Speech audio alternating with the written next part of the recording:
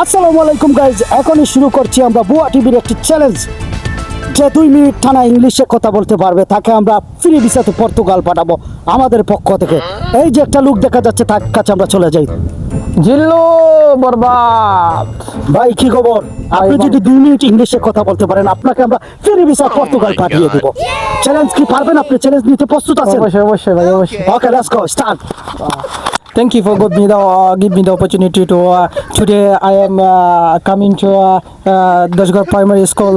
There are too much kada, peg field. Their road is very nice.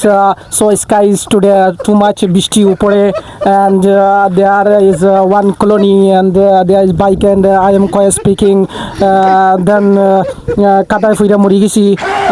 So today I am going to bathroom and give the sheet like this. This man. So no, this is good, fine, and this is a very beautiful. Is today weather?